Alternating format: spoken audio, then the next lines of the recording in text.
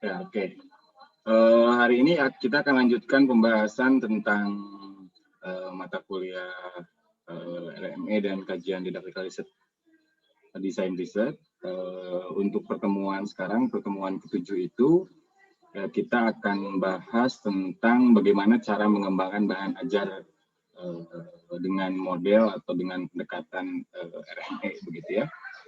Dan ini adalah materi terakhir di sesi RME. Nah, seperti yang sudah saya paparkan terlebih dahulu ketika pertemuan awal, bahwa untuk mata kuliah ini kita akan dibagi 2 sesi gitu ya. Sesi sebelum UTS itu sesinya RME, dan nanti sesi setelah UTS itu sesinya tentang DDR. Nah, baik untuk mempersingkat atau mengefektifkan waktu, kita coba buka dulu slide-nya. Nah, ini ya, jadi kita akan bahas tentang ini. Kemarin pertemuan sebelumnya kita sudah sampai pada sajian topik ya, sajian topik RME. Kemudian yang sekarang kita akan masuk pada bagaimana cara menyusun bahan ajar RME gitu ya. Nah, sajian topiknya kemarin kan bisa kita mulai dari masalah yang konkret, kemudian semi konkret, kemudian semi abstrak, dan kemudian masuk ke abstrak. Jadi secara bertahap kira-kira model yang dikembangkan itu 4 ya, jadi dari 4 tahapan, jadi K, SK, SA, dan A. Nah, ini yang harus muncul dalam pengembangan model RME, sehingga nanti diharapkan ada proses matematisasi gitu ya, baik horizontal maupun vertikal. Nah, ini yang diharapkan dari bahan ajar yang dikembangkan dalam gitu ya. Nah, kemudian sekarang timbul pertanyaan, bagaimana cara menyusun bahan ajarnya gitu ya, disusun berdasarkan apa. Nah, yang paling mudah berarti kita harus melihat atau mempresentasikan masalah begitu ya, mempresentasikan masalah. Jadi dimulai dari apa masalahnya, Bun? Bermulai dari masalahnya dulu, gitu ya, bermula dari masalah. Misalkan ini ada salah satu contoh, ini ketika kita akan membahas tentang jejak genjang, gitu ya. Nah, ini kan tidak digambarkan dulu jejak genjangnya, tapi kita tuntun dengan dengan masalah-masalah yang open ended. Misalkan yang pertama ditentukan sudut berseberangan 2x minus 5 dan x plus 10 derajat. Nah, gitu ya. Kemudian sisi berhadapan 5x dan 3x ditambah 10. Kemudian sudut sehadap x dikurangi 50 dan x ditambah 30. Kemudian setengah diagonal terpendek 2x dikurangi 8 dan 12. Kemudian setengah diagonal terpanjangnya adalah x. Nah, ini salah satu masalah open ended yang bisa diselesaikan. Nah, berarti kalau kita lihat dari persamaannya, ini kita masuk pada persamaan linier satu variabel, gitu ya, persamaan linier satu variabel yang kemudian bisa ditentukan x-nya. Nah, contoh kedua, misalkan ini ada masalah sederhana yang membahas tentang bilangan. Jadi jumlah 3 bilangan menurut baris itu 51. Berapa bilangan itu? Nah, ini ya. Nah, jadi ini disimbolkan secara konkret dengan tali, gitu ya. Jadi tali pertama kemudian ditambah tali kedua titik dan ditambah dengan tali kedua titiknya 2. Nah, sehingga persamaannya menjadi 3 tali ditambah 3 sama dengan 51. Nah, kemudian yang kedua, jumlah 3 bilangan pada kolom 57. Berapa bilangan itu? Nah, jadi tali kemudian ditambah tali 7, kemudian ditambah tali 14, sehingga sama dengan tali 3 ditambah 21 sama dengan 57. Nah, kira-kira contohnya untuk bilangan seperti ini, gitu ya, sajian bahan ajarnya. Nah, kemudian kita masuk ke hal-hal yang lebih konkret. Jadi misalkan masalahnya diambil dari kehidupan sehari-hari. Nah, di sini misalkan seseorang akan belanja barang dengan uang kembalian. Nah, kita bisa lihat di sini masalah yang pertama, suruh seorang untuk beli permen dengan uang 1.000, tetapi uang tidak boleh dihabiskan. berapa harga satu permen. Nah, berarti dari uang 1.000 itu tidak boleh dihabiskan, ya, tidak boleh dihabiskan. Nah, kira-kira menurut Anda ini kira-kira masuknya ke materi apa? Kira-kira bisa masuk ke materi apa?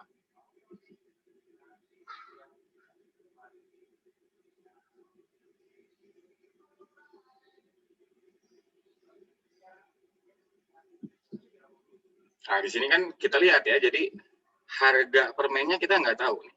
Di sini ya, harga permennya kita nggak tahu, kemudian jumlah permennya juga tidak tahu berapa gitu ya. Yang jelas harus ada sisa. Berarti harus ada apa tuh kalau ada sisa? Gitu ya. Jadi 1.000 itu tidak boleh dihabiskan semua, misalkan sisanya 100 misalkan gitu ya. Misalkan sisanya 100. Nah, berarti kita bisa melihat sebenarnya ini masalah apa nih kira-kira yang disampaikan atau yang ingin diajarkan oleh kita kepada siswa. Ada yang tahu? Silakan dilihat dulu masalahnya.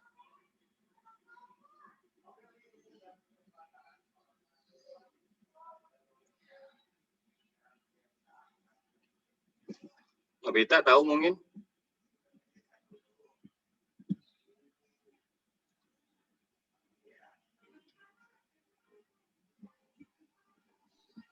Atau Indri? Aritmatika sosial bukan sih, Pak? Aritmatika sosial boleh. Bisa ya, aritmatika sosial ya, karena berhubungan dengan hitung-hitungan sederhana. Yang lain? Indri, apa Indri? Kira-kira Indri?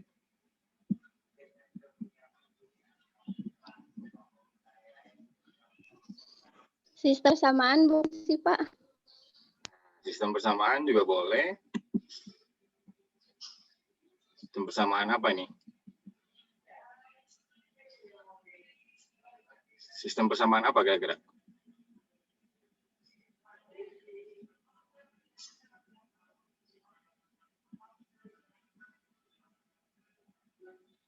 Sistem persamaan kuadrat atau sistem persamaan linier?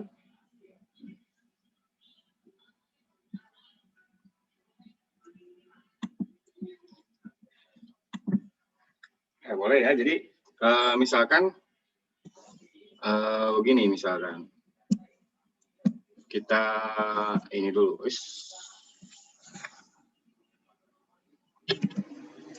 Nah, ada satu orang berarti nih ya, satu orang yang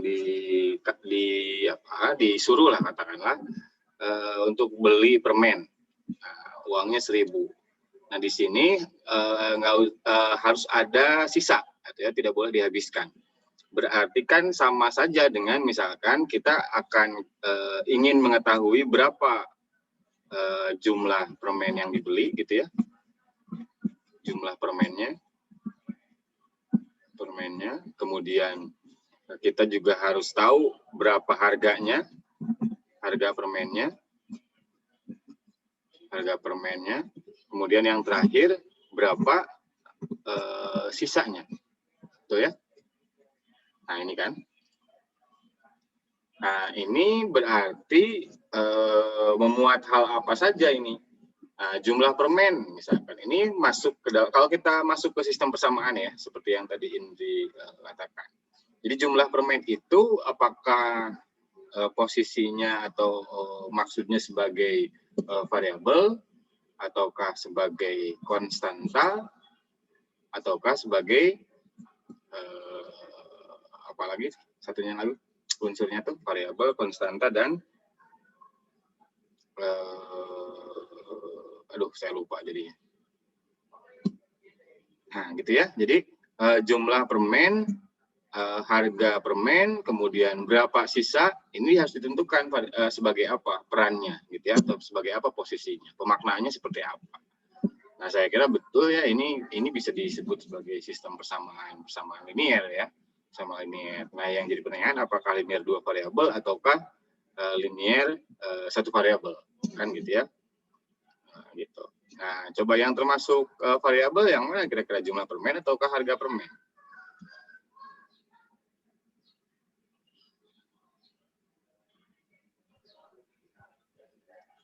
Yang termasuk konstanta apa kira-kira? Gitu kan ya. Nah, jadi Mungkin konstanta kan bisa Untuk variabelnya jumlah permennya. variabelnya jumlah permen. Konstantanya konstantanya harga karena sudah ketetapan gitu harganya. Kalau jumlahnya kan masih bisa diatur kita mau belinya berapa, terus kita Oke. mau nyisain uangnya berapa. Kalau berapa sisanya?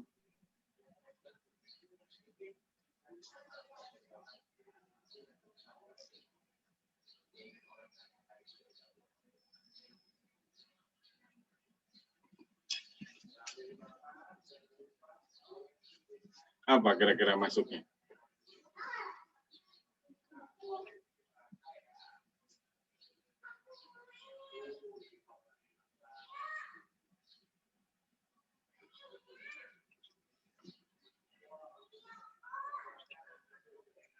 Apa kira-kira berapa sisanya? Maksudnya berapa uang sisanya gitu ya. Tadi kan di masalahnya disebutkan uang tidak boleh dihabiskan.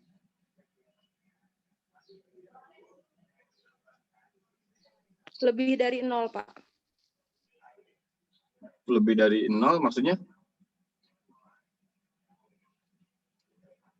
Pertanyaan itu maksudnya sisa itu teh termasuknya variabel apa atau gimana? Ya, Mas. Kan dalam persamaan linear itu ada beberapa unsur, ya. Ada beberapa unsur ya yang terdiri dari variabel, konstanta, kemudian apalagi satu lagi?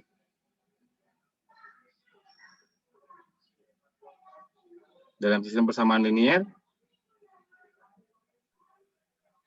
Koefisien bukan? Koefisien. Nah, jadi kita harus mencantumkan ini kan, mencantumkan masalahnya.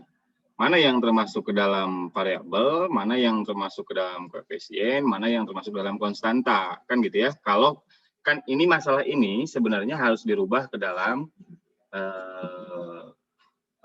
permodelan matematis ya, permodelan matematis.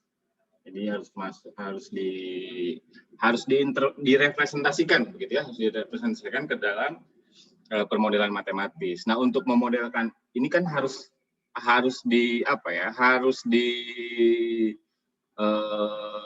buat proses matematisasi. Nah, salah satu proses matematisasi kan permodelan matematis, di mana kita merubah masalah yang ada dalam kehidupan nyata ke dalam masalah matematis, kan gitu ya, ke dalam masalah matematis. Nah, makanya tadi saya menggambarkan hal-hal atau unsur-unsur yang ada di dalam masalah yang ada di sini itu sebagai jumlah permen, kemudian harga permen dan berapa sisanya, kan gitu ya.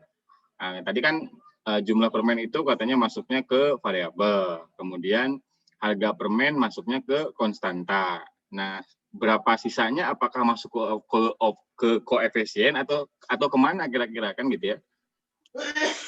Nah, ini kan harus bisa dibayangkan. Misalkan begini, bayangan Anda misalkan bayangan Anda, sebentar. Nah, atau bayangan kita lah, katakanlah, bayangan kita itu kita punya uang 1.000 nih. Kita punya uang 1.000. Nah, 1.000 itu kira-kira real aja lah ya sekarang. Permen itu harganya berapa sih? 100 apa 503 apa berapa gitu? Permen, harga permen. 503 mungkin pas sekarang mah udah nggak zaman 100 perak. Ya, 503 misalkan ya. Jadi 500 dapat 3 permennya. Nah, sementara dia harus ada sisa. Ya, harus ada sisa. Berarti kalau dia belanjain semua 1.000 dapat 6 tapi tidak ada sisa, kan gitu ya. Nah, sehingga sisanya harus ada 500 ini sisanya. Jadi uang yang terpakai 500 gitu ya. Ini uang yang terpakai ini. Uang terpakai. Kemudian ini jumlah permen yang didapatkan. Jumlah permen. Nah, kira-kira kalau dibuat permodelan matematis, ini jadinya seperti apa?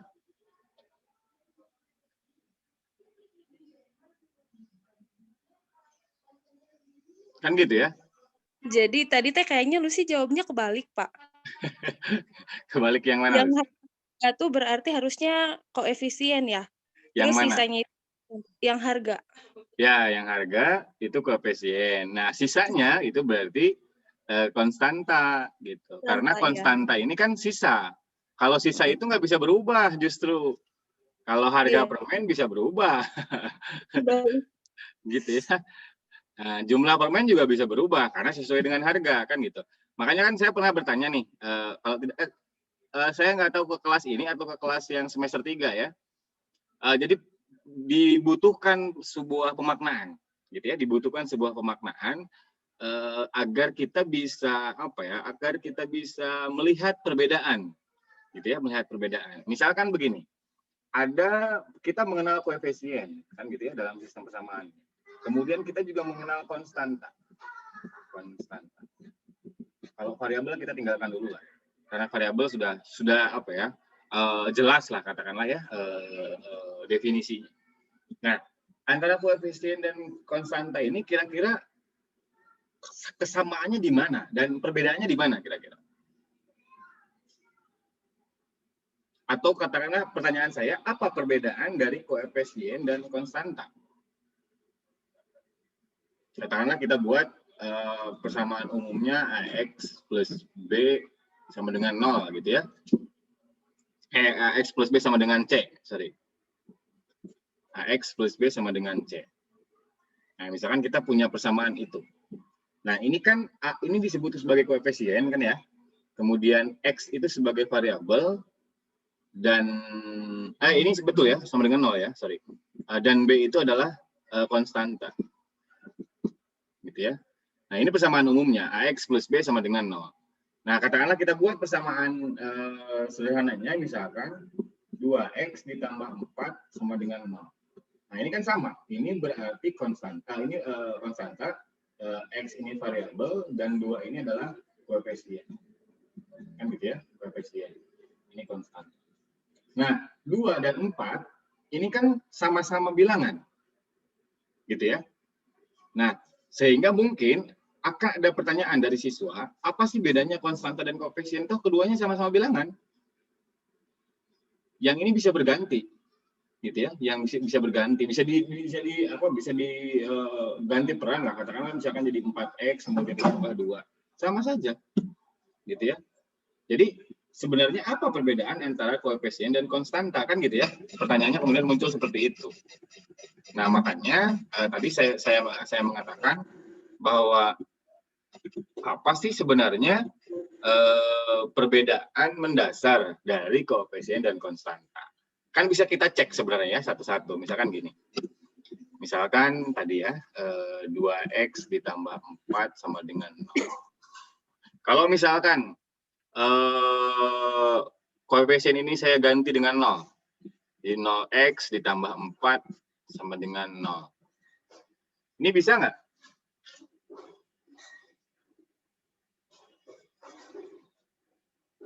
Atau misalkan saya rubah. 2X ditambah 0 sama dengan 0. Boleh nggak? Nih, yang ini boleh atau tidak, kalau yang ini boleh atau tidak. Terus yang ini apakah ini boleh 4, ataukah ini boleh 0 atau tidak. Nah, ini yang penting sebenarnya, yang biasanya tidak dibahas gitu ya, yang tidak dibahas, sehingga pemaknaan apa itu koefisien, apa itu konstanta agak samar begitu ya. Nah, agak samar. Gimana Lus tadi Lus? Suara siapa barusan? Kan yang Lucy tahu mah kalau misalkan konstanta itu yang tidak diikuti oleh nilai variabel dan koefisien. Ya, sedangkan betul. kalau koefisien dari nilai faktor dari konstantanya.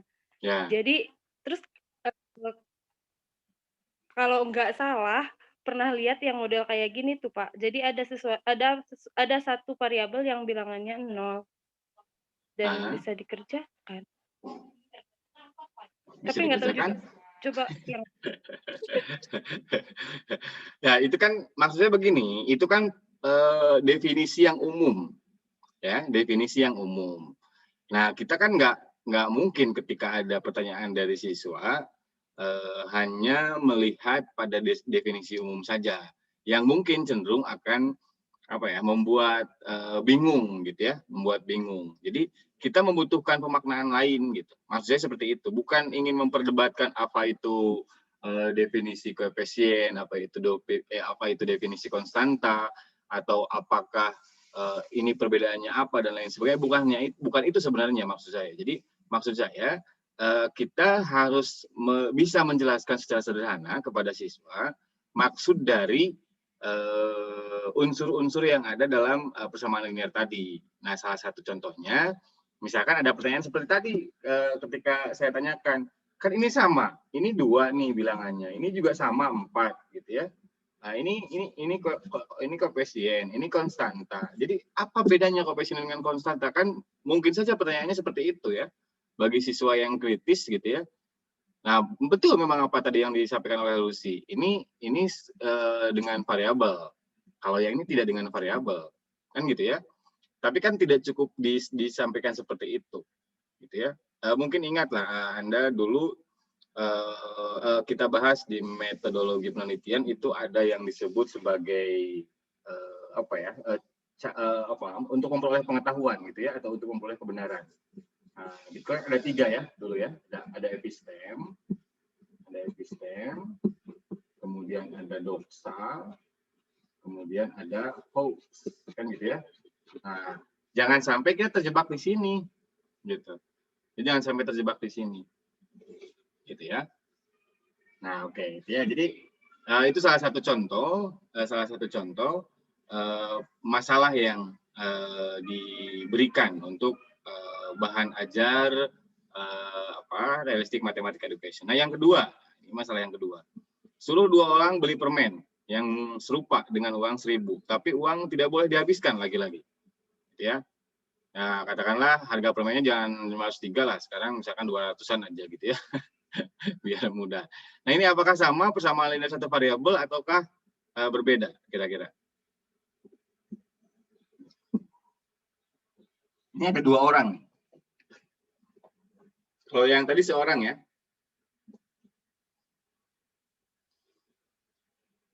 Apakah sama persamaan linear satu variabel juga ataukah bukan?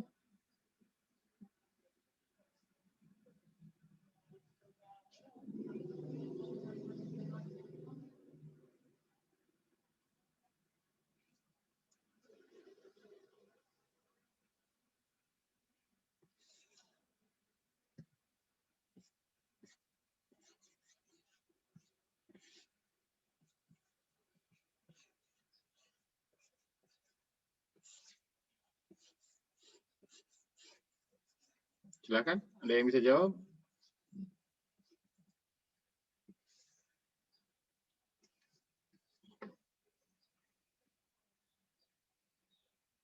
Neng Sri, kira-kira masuknya kemana ini? Apakah sistem persamaan kuadrat bukan, Pak? Sistem persamaan kuadrat? Unsurnya Ya. apa aja kira-kira? Dideskripsikan dulu coba unsur-unsurnya.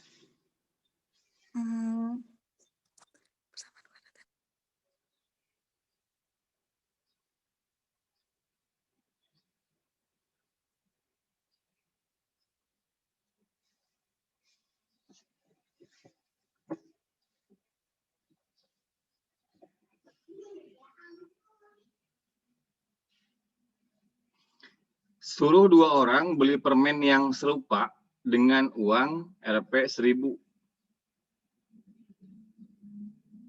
Apakah 2 orang ini dikasih masing-masing 1.000 ataukah 1.000 untuk berdua? Nah, itu kan pertanyaannya. Nah, sehingga ini masalahnya jelas dulu nih. Kan gitu ya. Jadi, apakah 1 orang 1.000 ataukah 1 orang 2 orang dikasih 1.000 gitu ya, ataukah 2 orang dikasih masing-masing 1.000.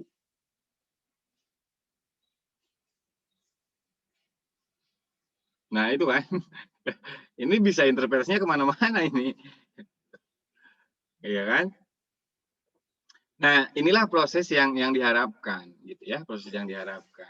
Katakanlah ada 2 kemungkinan, berarti satu orang masing-masing dikasih 1.000, ataukah 2 orang itu dikasih dengan 1.000, kan gitu ya, atau 1 orang masing-masing 1.000. Nah ini, nah kalau misalkan 2 orang dikasih 1.000, ini akan jadi apa masalahnya, atau kita bisa gunakan untuk bahas apa? Gitu ya, atau akan masuk ke konsep apa? Kalau misalkan satu orang masing-masing 1.000, satu orang masing-masing 1.000, berarti uangnya ada 2.000 berarti ya. Nah ini untuk bahas apa? Gitu ya. Nah justru ini masalah yang bagus saya kira ya, jadi fleksibel nanti pemaknaannya. Gitu ya. Bisa masuk misalkan ke sistem persamaan linear 1 variabel, atau juga bisa masuk ke dalam sistem persamaan linear 2 variabel, misalkan kan gitu ya. Karena ini ada 2 orang nih. Nah, 2 orang misalkan harganya beda-beda. Ada permen yang lollipop misalkan atau permen biasa gitu ya. Kan itu harganya beda. Yang lollipop itu kalau anak saya suka beli itu kan 501 gitu ya. Ada yang tadi yang kecil-kecil tuh yang suka pakai kembalian itu 503 katanya. Kan ini beda-beda kan.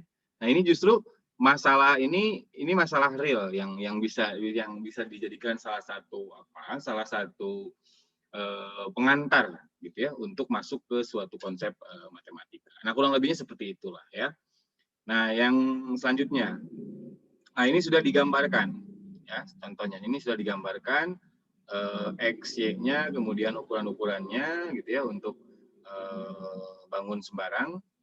Nah, jadi misalkan ada Y sama dengan X plus 2, kemudian X ditambah 3Y sama dengan 10, kemudian ditanyakan berapakah X dan Y. Ini juga sama bisa dijadikan sebuah masalah yang bisa digunakan untuk siswa agar memahami suatu konsep tertentu, gitu ya, suatu konsep tertentu. Nah, kenapa X ditambah 3Y? Ya, kenapa X tambah 3Y? Kenapa Y-nya sama dengan X ditambah 2? Nah, gitu ya. Jadi, ya karena di sini ini Y-nya kan panjang dari sini, dari titik yang ini, kita sebut titik A, katakanlah ini titik B. Nah, ini Y, kemudian ini X. Nah, ini panjangnya, kemudian ditambahkan dengan yang ini. Gitu ya. Begitupun sama dengan yang X. Nah, selanjutnya ini juga ada masalah sederhana, gitu ya. Tentang bilangan. Ini representasi 2 ditambah 5 itu adalah berapa? Nah, bisa berapa hasil operasinya di sini gitu ya, 2 ditambah dengan 5. Ini bisa memakai garis bilangan gitu ya, atau misalkan bisa memakai kotak-kotak seperti ini. Jadi sehingga 2 ditambah 5 menjadi lebih panjang gitu ya. Ini kan 2 segini gitu ya, 5 segini gitu. Jadi 2 ditambah 5 berarti ditambahkan sehingga jadi representasinya itu menjadi seperti ini. Jadi 2 ditambah 5 sama dengan 7. Jadi terdiri dari 2 bagian gitu ya. Bisa seperti itu representasinya. Nah, yang kemudian mengajarkan 2 ditambah titik-titik sama dengan 7 gitu ya. Nah, ini caranya bisa seperti ini. Ini mungkin sudah banyak dilakukan gitu ya di siswa-siswa SD mungkin ya, dengan gambar-gambar yang seperti ini. Kalau kita lihat misalkan di buku-buku paket yang ada di SD itu bisa kita lihat contoh-contoh yang sederhana seperti ini. Ada juga yang langsung saja soalnya seperti ini gitu ya, ada yang seperti ini. Ini saya kurang tahu apakah ini untuk kelas 1 atau kelas 2 SD begitu ya. Nah, kemudian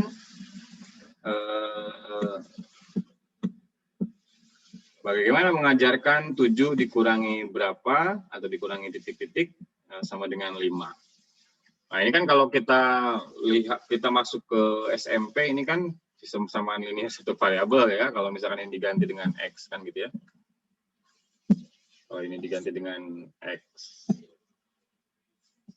Nah, bisa saja seperti itu, yang sederhana. Nah, di sederhananya ya seperti ini, kalau pembelajaran di siswa sekolah dasar. Nah, ini yang saya kira pernah dibahas, kalau tidak salah ini di mata kuliah kita sebelumnya. Ini untuk mengajarkan volume, gitu ya. Untuk mengajarkan volume, kita bisa mencontohkan seperti ini. Ya, ada sebuah gedung bertingkat, kemudian kita mulai dengan pertanyaan ke siswa itu dengan di mana Anda pernah melihat gedung bertingkat, gitu ya. Misalkan jawabannya di Jakarta atau di Bandung misalkan gitu ya, atau mungkin di kampus sendiri mungkin misalkan ya, karena bangunannya ada yang bertingkat 3 gitu ya. Kemudian ada berapa tingkat gedung di samping. Nah ini kan beda-beda ya cara kita melihatnya. Kalau kita lihat dari arah sini, ya, dari arah sini nih, dari tanda panah yang ini, nah itu kan kita lihatnya berapa ini? Kita lihatnya 3 tingkat juga ya. Ini tingkat pertama, tingkat kedua, tingkat ketiga. Dari sini ini juga sama 1, 2, 3. Jadi ada 3 tingkat juga. Kemudian untuk lebih menukik, gitu ya, karena ini kita akan bahas volume kubus, misalkan ada pertanyaan selanjutnya, ada berapa ruangan gedung tersebut, bagaimana cara menghitungnya, kan gitu ya. Nah ini kan tidak bisa dilihat dari satu sisi, berarti ya dari satu arah. Tidak bisa dilihat hanya dari sini, tidak bisa juga dilihat dari sini, kan gitu ya. Jadi harus semua arah kita lihat. Dari sini misalkan kita lihat. Nah ini kita bisa hitung 1, 2, 3, ya. Kalau ditanya ruangan, ini 1, 2, kemudian 3, 4, 5. Jadi 1, 2, 3, 4, 5, 6, 7, 8. Nah, dari sisi yang ini kita bisa melihat 8 ruangan. Kemudian dari sisi yang ini misalkan ya, kita bisa melihat berapa nih? Coba silakan, ada yang bisa menghitung dari sini kira-kira berapa dilihatnya? 7, Pak. 7. 1, 2, 3, 4, 5, 6. Di sini ya yang dalam ya 7. Nah, 7. Dari atas kira-kira berapa? Kalau kita lihat dari atas, bisa dibayangkan nggak?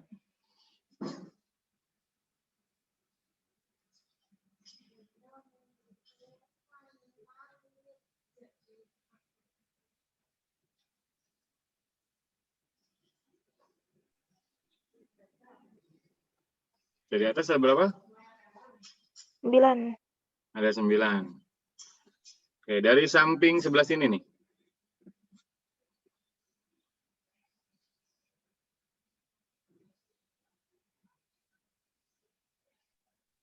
Delapan, Pak.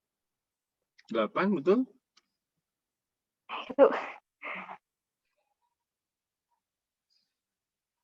8 itu dengan yang ini ya. Karena yang ini terlihat. Ya. ya. Bisa dibayangkan ya. Nah, ya. Kalau dari sini?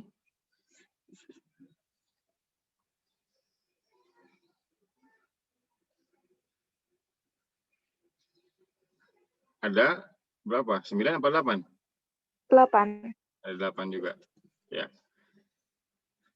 Nah, kemudian siswa diminta perhatikan setiap ruangan menyerupai kubus. Nah, gitu ya. Nah, ini jadi sebenarnya kita akan menggiring mereka atau menuntun mereka bagaimana untuk memahami volume kubusnya. Nah, ini yang pertama, menghitung banyak kubus satuan. Ini yang pertama 3, 3, 2. Kemudian 2, 3, 1. Yang kedua, yang terakhirnya 2, 1, 2. Yang mana nih kira-kira nih? Dilihat dari sudut yang mana?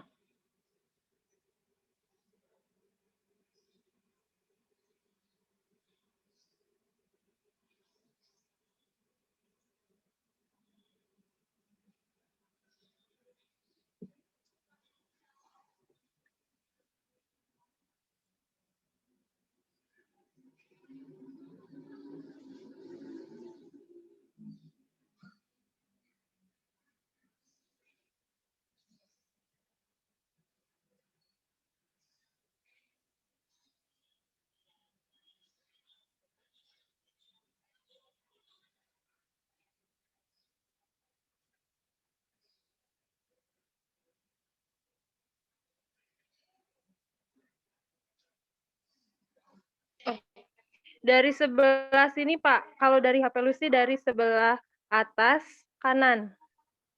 Dari sini berarti. Dari sini. Iya. Nah, itu 332 yang itu ya. Kalau 231? 2, 3, 1. 2, 3, 2. 2, 3, ih. 2, 3, 1. Jadi seperti kita lagi main apa itu yang diputar-putar tuh namanya tuh? Big. Kayak main Rubik ya. Nah, 231 yang mana tuh kira-kira 231?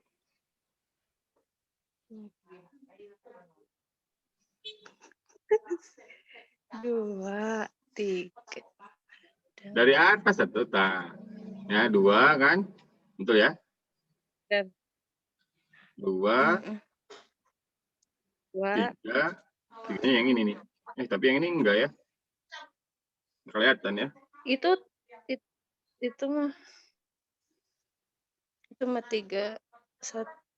Ih, bukan. Dari mana tuh?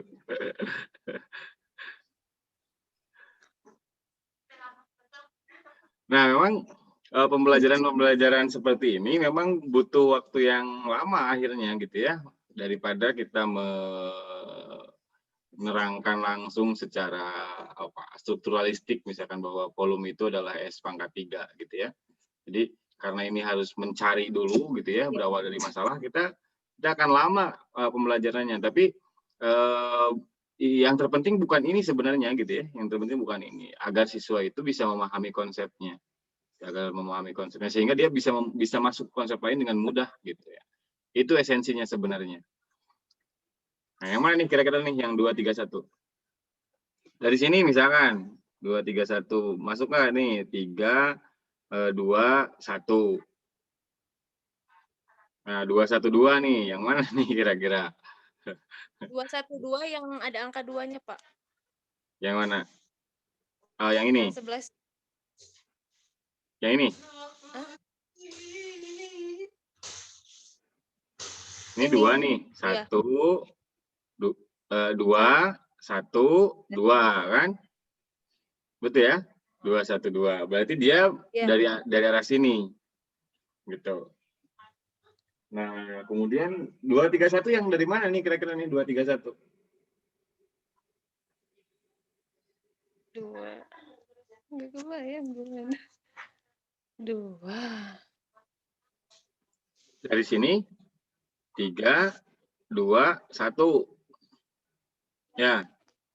Mungkin itu maksudnya mungkin 231. Ya. Nah, sehingga ya, ini yang diamati dari sebelah mana nih? Yang tampak bangunnya seperti ini. Dari sini kan? Dari pengamatan Lucy yang tadi dari sini katanya nih. Nah, ini dari mana nih kira-kira yang ini? Ya. Gambar seperti ini dilihatnya dari mana nih? Dari sini ya? Itu ya? Nah, kalau yang ini dari mana nih kira-kira? Nah, ini kan sudut pandangnya bisa beda-beda ini. Mana?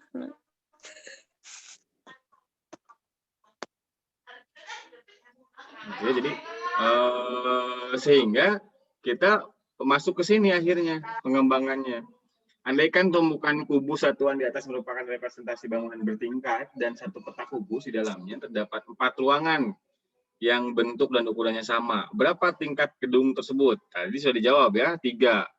1, 2, 3. Berapa banyak ruangan pada setiap tingkat? Nah, tingkat pertama ada berapa ruangannya? Ada 9. Ada 9 ruangan. Tingkat kedua, berapa banyak ruangan yang terdapat pada gedung tersebut? Nah, tingkat 2 dulu berarti ya, kita harus hitung. Tingkat 2 itu ini kosong nih. Ya, ini juga kosong. 1, 2. Berarti ada berapa? 1, 2, 5. Tingkat 2, 1, 2, 3, 4, 5, 6, 7. 7. Ada 7. Tingkat ketiga. Tingkat ketiga 3. Ada 3, 1, 2, 3 kan? Nah, ini kuncinya kan sebenarnya ada tingkat pertama. Kalau tingkat pertama ada 9, berarti tingkat kedua yang kosongnya tinggal jadi pengurang kan gitu ya. Karena ada yang kosongnya 2, berarti ya 9 dikurangi 2, 7. Yang tingkat 3 juga sama.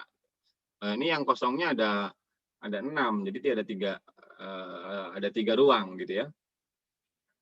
Nah, ini berarti jumlah ruangnya ada 19. Nah, perlihatkan cara menghitungnya. Nah, perhitungannya nanti diinstruksikan ke siswa. Gimana cara menghitung, kenapa ini bisa ketemu 7 gitu ya? Kenapa bisa ketemu 3? Apakah 7 ini didapat dari tadi 9 ruangan bawah kemudian dikurangi 2? Atau seperti apa gitu ya? Atau dihitung satu-satu, misalnya ini 1, 2, 3, 4, 5, 6, 7 gitu ya. Nah, ini harus diperlihatkan. Kemudian 3 ini apakah tadi 9 dikurangi 6 ataukah hanya menghitung yang terlihat? Ini misalkan ini saja, kemudian ini. Ini harus diperlihatkan caranya. Nah, gitu ya. Cara menuntun menuntun pemahaman siswanya. Nah, yang berikutnya, pengembangan yang berikutnya. Nah, berapa ruangan lagi di masing-masing lantai harus dibangun? Nah, kan ini tidak utuh ya. Ini tidak utuh gedungnya. Karena tadi jumlah ruangan per lantainya tidak sama. Tadi kan 9. Tadi kan 9, kemudian tambah 7, tambah 3. Nah, agar menjadi utuh, gitu ya, berapa ruang lagi masing-masing harus dibangun. Nah, di lantai kedua berarti kita harus bangun berapa? Harus bangun 2 lagi, kan? Nah, kemudian di lantai 3 kita harus bangun 6 lagi. Nah, gitu. Karena pada prinsipnya jumlahnya harus sama 9, kan gitu ya. Nah, kemudian berapa ruangan gedung bertingkat tersebut setelah jadi kubus atau besar atau secara utuh berapa? Nah, berarti kan 9 dikali 3 gitu ya, 27 ini sehingga dapat volumenya. Yang didapat dari mana? Dari sisi, katakanlah gitu ya, sisi. Nah, sebelum sampai ke sisi gitu ya, ini kan harus diisi dulu kubus-kubusnya. Ya, katakanlah kita kubusnya putar, kita melihat dari sini. Yang melihat dari sini. Nah, itu berarti kan ada 9 ya ketika ini diisi, gitu ya. Ketika ini diisi, nah itu ada 9 kubus kemudian, gitu ya. Ada 9 kubus. Nah, ini bagaimana caranya nanti bisa masuk ke seperti ini. Nah, ini rubiknya. Jadi yang biru ini ada 9. Kemudian yang merah juga ada 9. Dan yang kuning juga ada 9. Oke. Nah, ini kan masalah yang masalah yang bisa representasinya lebih baik ya daripada kita menerangkan secara langsung tadi yang saya sebutkan V itu S pangkat 3 gitu ya. Nah, ini kan kita bisa belah. Karena di sini 9, kalau kita lihat dari sini yang biru ini ada 9, maka jumlah ruangan ini pasti 9 di sisi yang ini ya, di sisi yang ini. Sisi yang dari sini katakanlah ini kan ada 3 sisi ya. Nah, ini dari sini saya tarik ke sini, jumlah ruangannya berarti 1 2 3 4 5 6 7 8 9. Ya, jadi katakanlah ruangan yang kacanya berwarna biru. Nah, itu ada 9. Nah, kemudian kacanya yang berwarna oranye juga ada 9. Atapnya yang berwarna kuning juga ada 9. Sehingga kalau kita bagi, ini bisa menjadi atau bukan kita bagi, kita hitung ini menjadi 27 ruangan. Nah, bagaimana secara sederhana untuk menentukan ruangan-ruangan tersebut atau masuk ke dalam volumenya. Nah, ini kan sebenarnya ini representasinya. Jadi 3, ini 3 itu katakanlah di sini sampai ke atas gitu ya. Kemudian 3 yang ini dari sini sampai ke atas. Kemudian 3 yang ini juga sama dari bawah sampai dengan ke atas. Kemudian 3 yang lainnya dari oranye dan seterusnya gitu ya. Ini kan representasinya jadi seperti ini.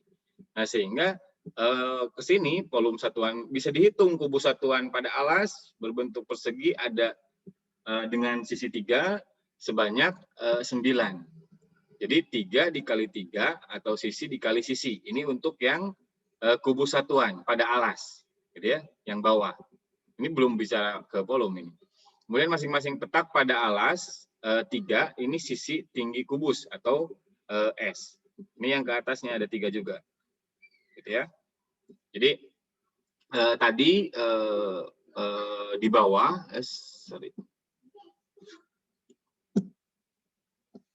ini di bawah ada 3, gitu ya. Kemudian ke atasnya ini atau yang ke sininya ini juga ada 3. Karena yang ini sisi kali sisi, ini juga ini harus dikalikan dengan S, maka muncullah volume kubus 9 dikali 3 atau 3 dikali 3 dikali 3 atau sisi dikali sisi atau sisi pangkat 3, gitu.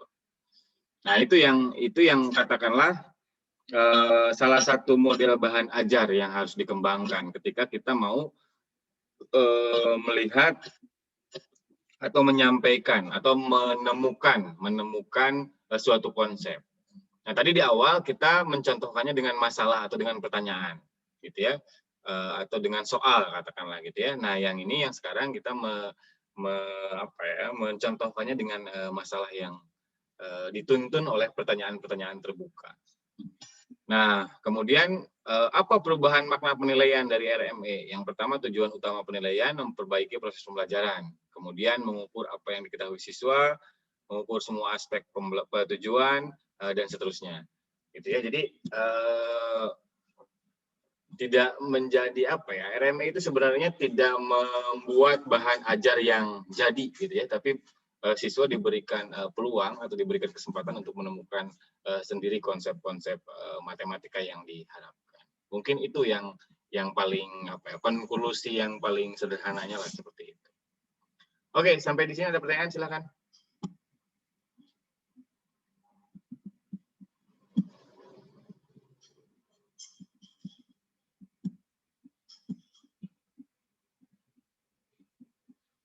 Silakan. Lucy mau bertanya, Pak. Ya, boleh. Oh, ini sorry, Kan sebentar. apa kalau dilihat Ini yang tidak hadir berarti cuma Nok ya? Dari 10, Nok aja ya? Yang tadi izin katanya ya? Oke. Ya, lanjut. Ya, Pak. kalau dilihat-lihat kan RME itu lebih kompleks ya, Pak, lebih sulit gitu dan memakan waktu yang cukup banyak.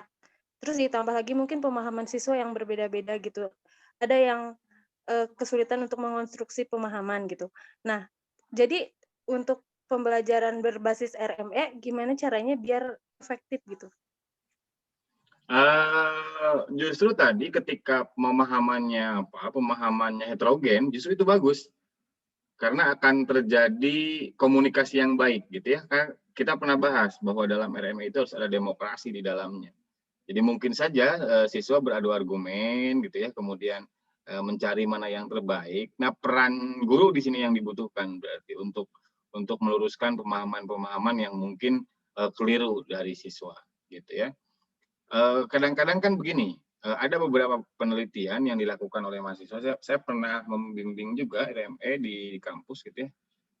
Kalau tidak salah, Bu Jijah itu RME, kemudian Kiki kalau nggak salah RME juga, Bu Kiki kalau tidak salah ya.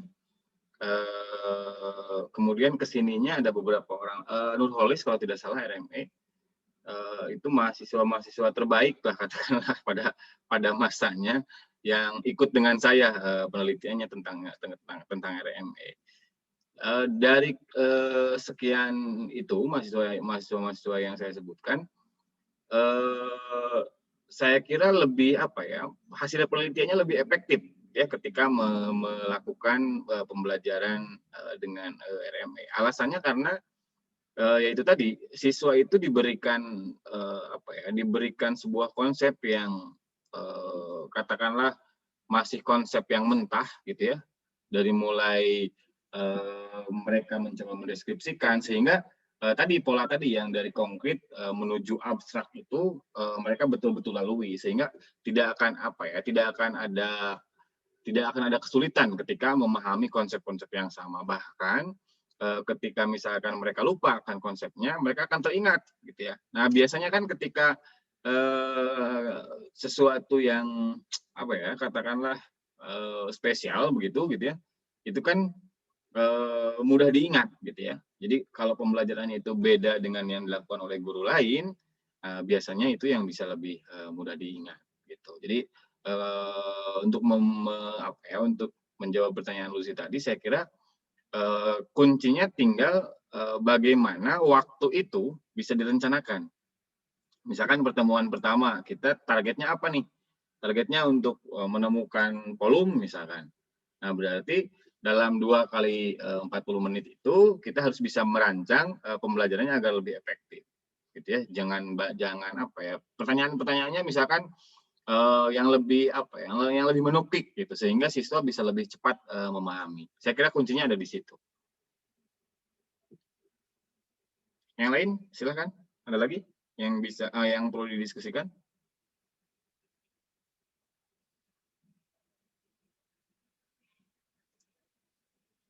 Nah, RME ini lebih bagusnya gitu ya, lebih bagusnya kalau Anda mau penelitiannya di SMP atau di SD gitu ya. Jadi karena mereka belum, kalau secara psikologis gitu ya, mereka lah siswa yang dari SD atau SMP itu yang masih pada tahap konkret dan semi konkret. Kalau SMA kan sudah abstrak. Saya kira walaupun bisa gitu ya, tapi lebih tidak terlalu cocok ketika disampaikan di SMA. Jadi kalau mau di SMP atau di SD boleh penelitian tentang RME. Bahan ajarnya seperti apa gitu ya. Kemudian soalnya pun harus dirancang bagaimana bisa dikerjakan secara open ended gitu ya. Jadi soal-soalnya pun seperti yang tadi gitu ya. Jadi kalau Anda ditanya bagaimana sih soal tipe-tipe RME gitu ya, yang tadi itu yang kita bahas di awal gitu ya.